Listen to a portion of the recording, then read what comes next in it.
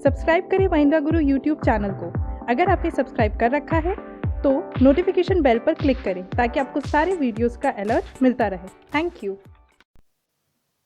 Hello and welcome to MahindraGuru.com's official YouTube channel, and you are watching a new session of For Your Information #FYI where we are going to discuss the history of 28th February। जी हाँ, 28 फरवरी के दिन क्या हुआ था, क्या ऐसा घटा था जिसको आपको रखना है ध्यान, उन सारी बातों पे हम आज करेंगे चर्चा। और इसी चर्चा में बने हुए हैं हमारे साथ हिस्ट्री गुरु, जिनका हम स्वागत करते हैं इस सेशन में। और बिल्कुल देखेंगे कि क्या है घटनाएं, किन के आज हुए जन्मदिन और किन की होती है पुण्यतिथि, जिसको रखना है आपको याद आपके आने वाले एग्जामिनेशंस को ध्यान में रखते हुए। And yes, definitely the FYI question bank also leaded in this session, जिसमें आपके 10 क्वेश्चंस आपके आज क्वेश्चन बैंक में नए जुड़ जाएंगे। तो देखेंगे हम लोग कि किस तरीके से ये सेशन आपको हेल्प आउट करता है। But yes, before starting the session, let's move on to history guru और उनसे जाने why this session is important to watch regularly when 365 days in a normal year and 366 days in a leap year। Welcome friends and students, आज हम फिर आप सभी के सामने जुड़ चुके हैं, आप सभी के साथ जुड़ चुके हैं हमारे यूनिक शो के साथ जिसका नाम है FYI यानी कि फॉर योर इन्फॉर्मेशन। जी हाँ, पर डे हम आपके लिए रेगुलर बेसिस पर आपके लिए कुछ इन्फॉर्मेशन लेके आते हैं जो कि उस दिन के लिए जो भी तथ्य होते हैं, उस दिन से जुड़े हुए जितने भी इवेंट्स होते हैं हम वह डिस्कस करते हैं। तो आज 28 फेब के दिन देखते हैं इतिहास के पन्नों में 28 फेब किस तरह खास रहा, या इतिहास के झरोखे में 28 फरवरी से जुड़े हुए कौन कौन से ऐसे तथ्य हैं जो आप सभी के लिए इंपॉर्टेंट होने वाले हैं। तो अगला जो हमारा सेशन है, जो अब आगे बढ़ने वाले सेशन में, वो आपके लिए बहुत ही रोचक और इंटरेस्टिंग होने वाला है। तो चलिए आगे बढ़ते हैं और देखते हैं कि आज के दिन क्या है खास आप सभी के लिए। बिल्कुल, तो let's proceed with the part and let's look upon two the first event which held in the year 1928। जी हाँ, 1928 वो वर्ष था, 28 फरवरी का दिन था, when the discovery of Raman effect by Indian physicist sir Chandrasekhara Venkata Raman was completed. So something this is related to science and technology if we talk about, तो यहाँ हमारे पास नाम आया है चंद्रशेखर वेंकट रमन का, या बिल्कुल अगर हम बोले तो साइंटिस्ट चंद्रशेखर वेंकट रमन का, रमन इफेक्ट की कंप्लीशन पे। और हम क्या इस इवेंट में जान सकते हैं? बिल्कुल, अगर हम इस पर्टिकुलर न्यूज के बारे में देखें तो 28 फरवरी 1928 के दिन ही उन्होंने रमन प्रभाव यानी कि रमन इफेक्ट्स की खोज की थी। इसी वजह से यह जो दिन है, यह जो डे है, भारत में नेशनल साइंस डे यानी कि राष्ट्रीय विज्ञान दिवस के तौर पर सेलिब्रेट किया जाता है। तो चलिए देखते हैं कि किस तरह से उन्होंने रमन प्रभाव की खोज की और कौन है सीवी रमन। अगर हम फुल फॉर्म की बात करें, सीवी रमन इनको शॉर्ट में कहते हैं, इनका पूरा नाम है चंद्रशेखरन वेंकट रमन। इनका जो जन्म हुआ था वह हुआ था 7 नवंबर 1888 को, and he was an Indian physicist यानी कि एक भौतिक विज्ञानी थे। Born in the former Madras province in the Indian presently called as the Tamil Nadu, यानी कि उस समय उसे मद्रास प्रांत कहा जाता था लेकिन आज इसे तमिलनाडु के नाम से जाना जाता है, जहां पर सीवी रमन साहब का जन्म हुआ था। और he was the first person from Asia, जी हाँ, एशिया के वह पहले व्यक्ति थे to be awarded a Nobel prize in any field of science. विज्ञान के क्षेत्र में नोबेल पुरस्कार पाने वाले वह सबसे पहले एशियाई व्यक्ति भी थे। और यह जो नोबेल प्राइज इनको दिया गया था वह उनके रमन इफेक्ट्स की खोज के लिए दिया गया था। अगर इनके बारे में थोड़ा सा डिस्कशन करें तो 1921, अगर हम वर्ड्स की बात करें, 1921 में सर सीवी रमन भूमध्य सागर को जहाज के तौर पर पार कर रहे थे, जहाज के माध्यम से पार कर रहे थे। तो जहाज पर जब वो खड़े थे तो उन्होंने समुद्र को देखा। जी हाँ, समुद्र को देखा और समुद्र का जो रंग था वह बहुत ही गहरा नीला था। तो उन्हें लगा कि जब एक खाली गिलास का पानी, अगर हम बात करें कि गिलास में अगर हम पानी भर देते हैं तो गिलास के पानी का कोई रंग नहीं होता, वह साफ होता है और उसमें कोई रंग हम नहीं देखते, लेकिन फिर भी हम समुद्र का अगर रंग देखते हैं तो वह नीला क्यों है। यह क्वेश्चन उनके दिमाग में आया कि अगर जबकि पानी का कोई रंग नहीं होता, फिर समुद्र के पानी का जो रंग है वह गहरा नीला क्यों है। इस क्वेश्चन को उनके दिमाग में, यह क्वेश्चन उनके दिमाग में बैठ गया और जैसे ही वह यूरोप वापस आए उन्होंने इस पर रिसर्च शुरू की। जी हाँ, इस पर उन्होंने रिसर्च शुरू कर दी। और उस समय की अगर हम बात की माने, उस समय की धारणा को हम माने, तो लोग यह मानते थे कि समुद्र का जो रंग होता है, नीला जो होता है, वह आकाश के कारण होता है, क्योंकि आकाश का जो परावर्तन है, आकाश की जो परछाई है वह समुद्र में पड़ती है, तो इस वजह से उसका जो रंग है वह नीला होता है। लेकिन रमन सर ने जो खोज की, उसने इस धारणा को, इस परिभाषा को पूरी तरह बदल दिया। देखिए कैसे। अगर हम बात करें 28 Feb 1928, one of the experiment gave a clear result. जी हाँ, आज ही के दिन 1928 को उन्होंने जो एक्सपेरिमेंट किया उससे साफ रिजल्ट निकल आया कि ऐसा क्यों है। और निकल के क्या आता है वह आपको जरूर जानना चाहिए कि आखिर रमन इफेक्ट्स है क्या। The light of only one colour was passed through a liquid. अगर हम लिक्विड की बात करते हैं तो लिक्विड से केवल एक ही रंग की जो किरणें हैं वह गुजर सकती हैं, यानी एक ही रंग है जो कि एक ही रंग अगर हम बात करें वह लिक्विड से गुजर सकता है, जो कि है ब्लू।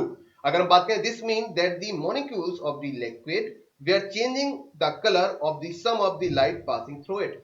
तो उन्होंने यह पाया कि जब एक ही रंग है जो कि लिक्विड से गुजर सकता है, तो उन्होंने यह देखा कि जो वाटर के जो मॉलिक्यूल्स होते हैं उनका रंग बदल जाता है, उनका रंग चेंज हो जाता है और एक ही रंग में परिवर्तित होता है, वह है blue.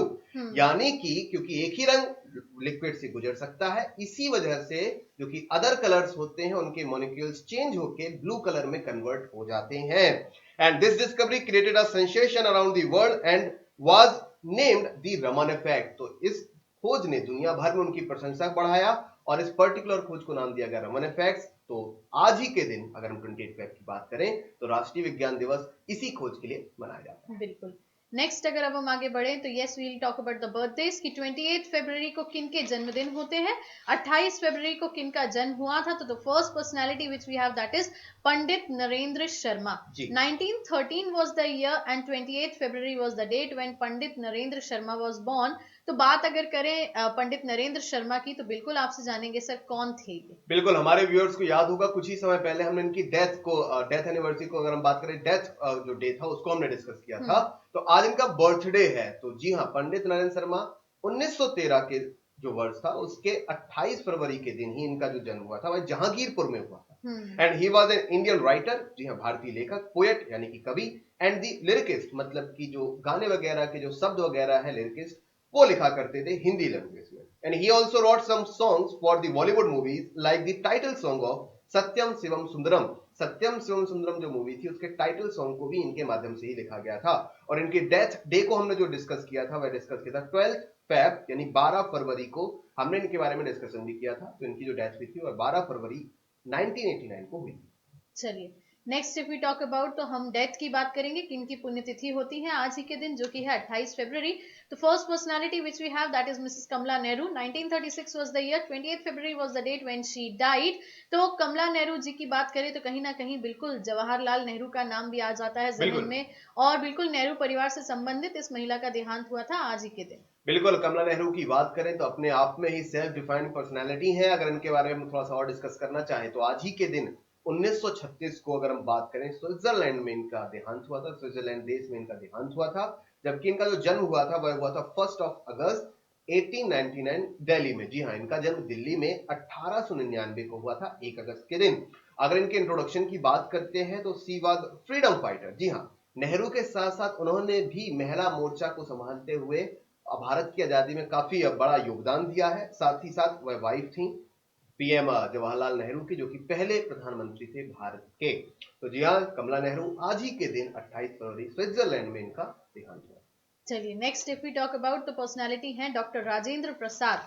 1963 was the year, 28 February was the date when mister Rajendra Prasad या डॉक्टर राजेंद्र प्रसाद डाइड। तो बिल्कुल इनका भी नाम अगर हम बोले तो सेल्फ डिफाइंड है कहीं ना कहीं। यस, तो किस तरीके से और हम इनको याद रख सकते हैं? जैसा कि अभी हमने डिस्कस किया, first prime minister of India is Jawaharlal Nehru. उसी तरह हम इनको याद रखते हैं भारत के प्रथम राष्ट्रपति के तौर पर। 28 फरवरी आज ही के दिन 1963 का इनका देहांत हुआ था। लेकिन अगर मैं इनके बर्थडे की बात करता हूं तो इनका जो जन्म हुआ था वह 30 दिसंबर 1884 को हुआ था बिहार राज्य में। और साथ ही साथ ज्यादा कुछ डिस्कशन इसलिए नहीं करूंगा क्योंकि आप इनके बारे में काफी कुछ जानते होंगे, लेकिन 2 से 3 फैक्ट जो इनके बारे में इंपॉर्टेंट है वह ये है, he was the first president of India, यह भारत के पहले राष्ट्रपति थे। And he was an Indian political leader, वह एक राजनीतिक लीडर थे, एक राजनीतिक नेता थे। एंड साथ ही साथ एक लॉयर यानी कि एक वकील भी थे।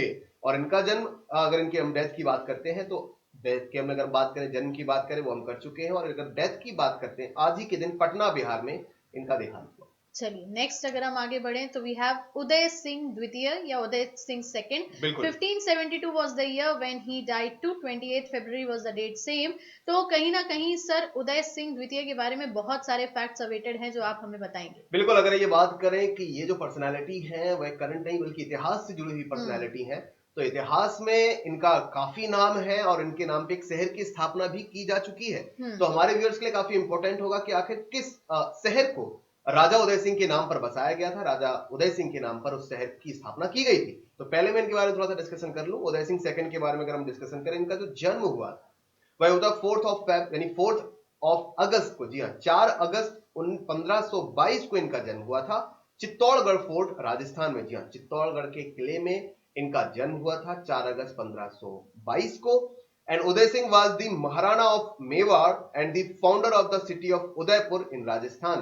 वह मेवाड़ के महाराजा थे और साथ ही साथ जो उदयपुर आज आप शहर देखते हैं, उदयपुर शहर के जो संस्थापक हैं, उदयपुर शहर को जो बसाया गया है, इनके नाम पे ही बसाया गया। जैसे कि हम इनका फर्स्ट नेम दे सकते हैं उदय, तो उदय सिंह के नाम पर ही उदयपुर जो आज शहर है राजस्थान, वह किसके नाम पर बसाया गया? राजा उदय सिंह के माध्यम से बसाया गया है। और किसने इसके फाउंडेशन की अगर हम बात करें, who is the founder of Udaipur city in Rajasthan, then your answer is king Uday Singh. और साथ ही साथ he was the 53rd ruler of the Mewar dynasty. अगर हम मेवाड़ वंश की बात करते हैं तो यह मेवाड़ वंश के 53वें राजा थे and he was the father of Maharana Pratap. जी हां, महाराणा प्रताप का नाम आपने जरूर सुना होगा।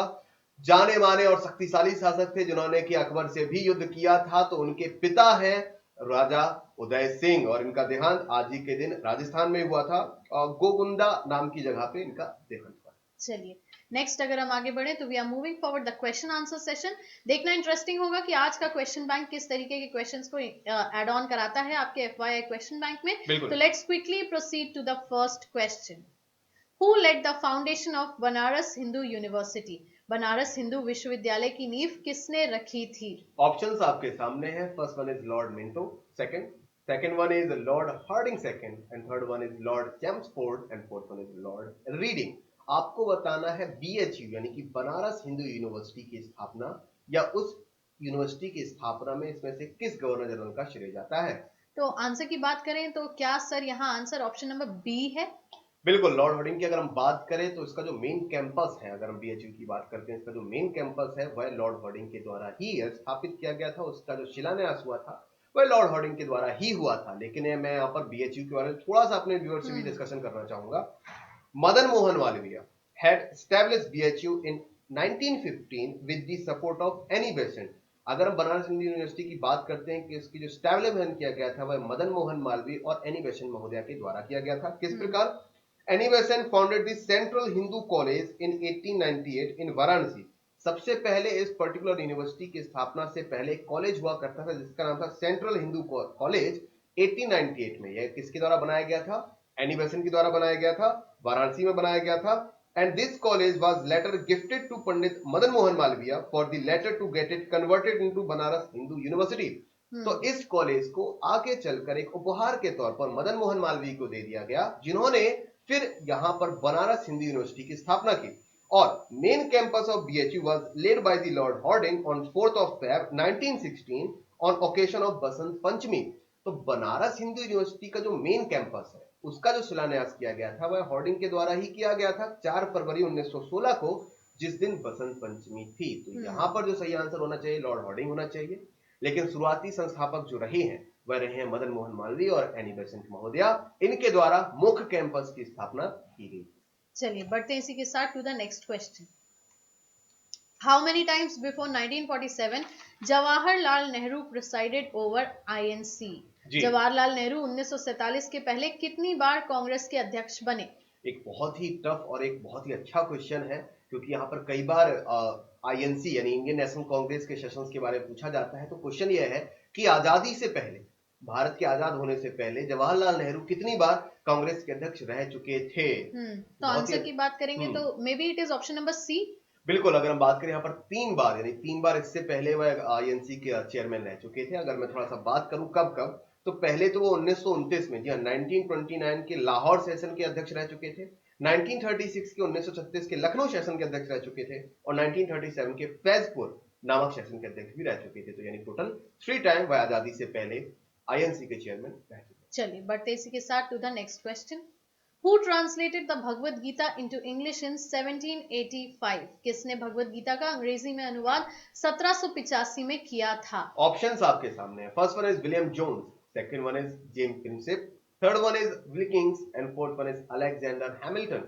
आपको बताना है कि भगवद गीता, जो कि हमारे हिंदू धर्म में काफी एक पवित्र ग्रंथ के तौर पर देखा जाता है, उसका सबसे पहले इंग्लिश जो एडिशन आया था वह इसमें से किस पर्सनालिटी के द्वारा लिखा गया था, अनुवाद किया गया था, ट्रांसलेट किया गया था? तो आंसर की बात करेंगे तो may be it is B और सी। अगर हम यहाँ पर सही आंसर की बात करते हैं तो सही जो आंसर होना चाहिए वह ऑप्शन सी होना चाहिए, विल्किंस। इनका जो पूरा नाम था वह था चार्ल्स विल्किंस। जी हाँ, चार्ल्स विल्किंस ने सबसे पहले 1785 में जो भगवत गीता थी उसका इंग्लिश में ट्रांसलेशन किया। चलिए, let's proceed to the next question. Which is the second largest planet in the solar system? सौर मंडल में दूसरा सबसे बड़ा ग्रह कौन सा है? ऑप्शंस आपके सामने, मार्स यानी कि मंगल, सेकंड वन इज सैटर्न यानी कि Shani, third one is Venus यानी कि शुक्र ग्रह and fourth one is earth यानी कि पृथ्वी। बताना है कि दूसरा सबसे बड़ा ग्रह कौन है। तो इज इट मार्स? बिल्कुल, अगर हम यहाँ पर बात करें, व्यूअर्स को भी काफी कंफ्यूजन हो रहा होगा। Mars, Saturn? हाँ, यहाँ पर व्यूअर्स को भी ये कंफ्यूजन है, लेकिन मैं यहाँ पर बता दूं कि जो दूसरा सबसे बड़ा प्लेनेट है वह सैटर्न है, ना कि मार्स। यानी कि शनि ग्रह जो है वह दूसरा सबसे बड़ा प्लेनेट है। और अगर नंबर वन प्लेनेट की बात किया जाए, सबसे जी बिल्कुल लार्जेस्ट प्लेनेट की बात किया तो वो जुपिटर है। तो जिसको हम बुध ग्रह भी कहते हैं। जुपिटर को हम बृहस्पति ग्रह ये कंफ्यूजिंग है बिल्कुल, क्योंकि हिंदी और इंग्लिश वर्ड में काफी कंफ्यूजन होता है, लेकिन फिर भी हमें इसे देखना चाहिए ताकि इजिली हम इसको याद करें। जुपिटर यानी कि बृहस्पति ग्रह सबसे बड़ा प्लेनेट, और अगर बात करें second largest planet then Saturn यानी कि शनि। चल बढ़ते इसी के साथ to the next question. Which among the following is not included in Panch Prayag? निम्नलिखित में से एक पंच प्रयाग में शामिल नहीं है। निम्नलिखित में से कौन पंच प्रयाग में शामिल नहीं है? तो ऑप्शंस आपके सामने, first one is Dev Prayag, second one is Rudra Prayag, third one is Karna Prayag and fourth one is Son Prayag. तो आंसर की बात करेंगे तो may be it is option number C. अगर हम यहाँ पर सही आंसर की बात करते हैं तो जो कर्ण प्रयाग है वह पंच प्रयाग में शामिल है। अच्छा। सोन प्रयाग जो है वह पंच प्रयाग में शामिल नहीं है। व्यूअर्स की कंफ्यूजन को दूर करने के लिए मैं पांचों के पांचों जो प्रयाग हैं उनके बारे में बता देता हूं। पहला जो प्रयाग है वह है देव प्रयाग, दूसरा Prayag Rudra Prayag, third one is Karna Prayag, fourth one is Nand Prayag and fourth one is Vishnu Prayag. अगर हम बात करें पहले की बात तो देव प्रयाग, दूसरा रुद्र प्रयाग, तीसरा कर्ण प्रयाग, चौथा नंद प्रयाग और पांचवा विष्णु प्रयाग यानी कि सोन प्रयाग पंच प्रयाग का हिस्सा नहीं। चलिए बढ़ते हैं इसी के साथ to the next question. The largest number of Harappan sites have been found on the bank of which river? सर्वाधिक हड़प्पीय पुरास्थल किस नदी के किनारे पाए गए हैं? बिल्कुल, ऑप्शंस आपके सामने है, Ravi, second one is Saraswati, third one is Sutlej river and fourth one is Indus river. तो डेफिनेटली इसका आंसर हमें पता है, ऑप्शन नंबर ए रावी। बिल्कुल, यहाँ पर हम बात करें इंडस वैली सिविलाइजेशन की बात करते हैं, सिंधु घाटी सभ्यता की बात करते हैं, तो वहां पर हड़प्पा, मोहनजोदड़ो ऐसी बहुत सारी साइट्स खोजी गई थी। तो जो रावी रिवर है जो कि सिंधु नदी का ही हिस्सा है, सिंधु नदी की सहायक नदी है, उसके किनारे सबसे ज्यादा साइट्स खोजी गई हैं। काउंटिंग अभी भी जारी है, तो यहाँ पर सही जो आंसर हो जाएगा वह रावी हो जाएगा। बढ़ते हैं इसी के साथ to the next question. The number of firms in monopoly is? एकाधिकार में फर्मों की संख्या कितनी है? ऑप्शंस आपके सामने है, 3, 4, 1, 2।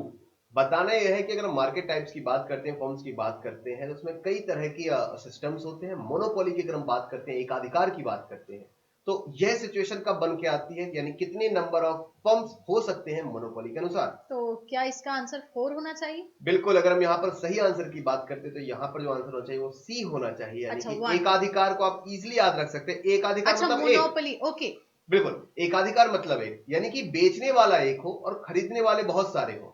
तो भाई वो पर्सन जो होगा, भाई मेरे पास ऐसी कोई चीज है जो किसी और के पास नहीं है, तो अगर वो पर्सन मेरे पास परचेस करने के लिए आता है, खरीदने, तो मैं अपने उस पर्टिकुलर प्रोडक्ट की जो कीमत है कितनी भी रख सकता हूं, क्योंकि मेरे अलावा कंपटीटर कोई है ही नहीं। तो एकाधिकार में इकलौता अधिकार होता है, एक ही फर्म का अधिकार होता है, तो बेचने वाला एक, खरीदने वाले कई सारे होते हैं। ऐसी सिचुएशन अगर मार्केट में आती है तो दैट्स कॉल्ड मोनोपोली सिचुएशन। चलिए बढ़ते हैं इसी के साथ टू द नेक्स्ट क्वेश्चन।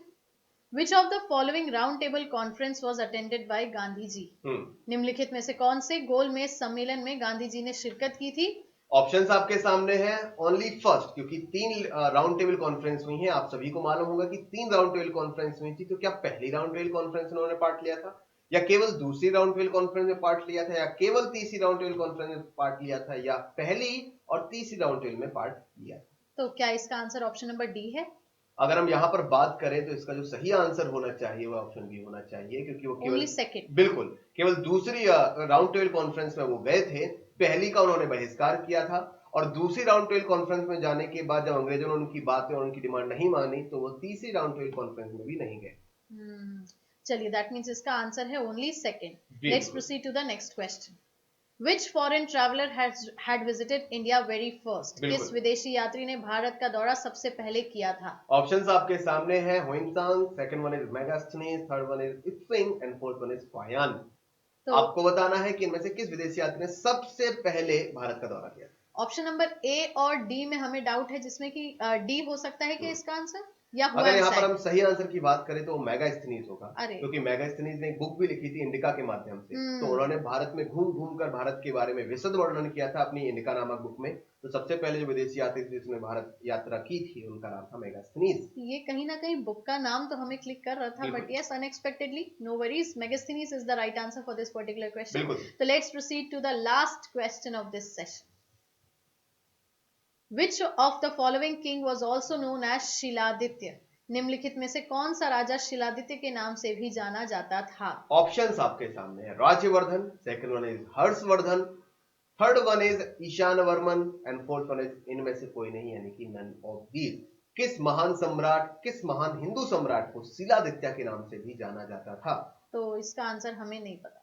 कोई बात नहीं, हमारे काफी सारे व्यूअर्स को इसका आंसर नहीं पता है, लेकिन आज पता चल जाएगा ताकि एग्जाम के टाइम पर वो सही आंसर टिक कर पाए। इसका जो सही आंसर वह है सम्राट हर्षवर्धन। जी हाँ, सम्राट हर्षवर्धन, जिन्होंने थानेसर, जिनकी जो राजधानी हुआ करती थी, हरियाणा का जो थानेसर इलाका है वहां इनकी राजधानी हुआ करती थी। जैसे आप कुरुक्षेत्र के नाम से भी जानते हैं, कुरुक्षेत्र के आसपास का जो पूरा इलाका है वह थानेसर जाना जाता है, जिसकी स्थापना और जिसकी राजधानी सम्राट हर्षवर्धन की ही थी। तो सम्राट हर्षवर्धन को शिलादित्य के नाम से भी जाना जाता है और इन्हें सबसे बड़ा दानी सम्राट भी कहा जाता है। सबसे बड़ा हिंदू दानी सम्राट हर्षवर्धन को कहा जाता है, क्योंकि वह क्या करते थे, 5 साल राज्य करते थे, 5 साल अपनी जनता का ध्यान रखते थे और 5 साल में एक बार एक बड़ा सा इवेंट आयोजित करते थे और जितने भी गरीब ब्राह्मण होते थे उन्हें सारा का सारा जो भी धन और वैभव होता था दान कर देते थे और फिर से 5 साल कमाते थे, राज करते थे और फिर से इवेंट करके सब कुछ दान कर देते थे। तो इस तरह के प्रतापी राजा को राजा हर्षवर्धन कहा जाता है। तो भारत का सबसे बड़े दानी राजा का अगर नाम कभी पूछा जाए तो उनका राजा नाम भी हर्षवर्धन है। चलिए, तो इसी के साथ फॉर योर इन्फॉर्मेशन #FYI को हम यहीं खत्म करेंगे। अगले सेशन में फिर मुलाकात होगी आपसे कुछ नई डिटेलिंग्स के साथ, कुछ नए क्वेश्चन आंसर सेशन के साथ, और बिल्कुल देखेंगे तब वहां पे क्या किस पर्टिकुलर डेट के लिए नया निकल के आता है। Do not forget to like our video, keep on commenting and sharing the video link, and yes, do subscribe our YouTube channel also. For your information #FYI के सेशन में आज इतना ही। खुश रहिए, ख्याल रखिए, पढ़ते रहिए, भूलेगा मत, आपकी सफलता में ही हमारी सफलता है। Thank you so much.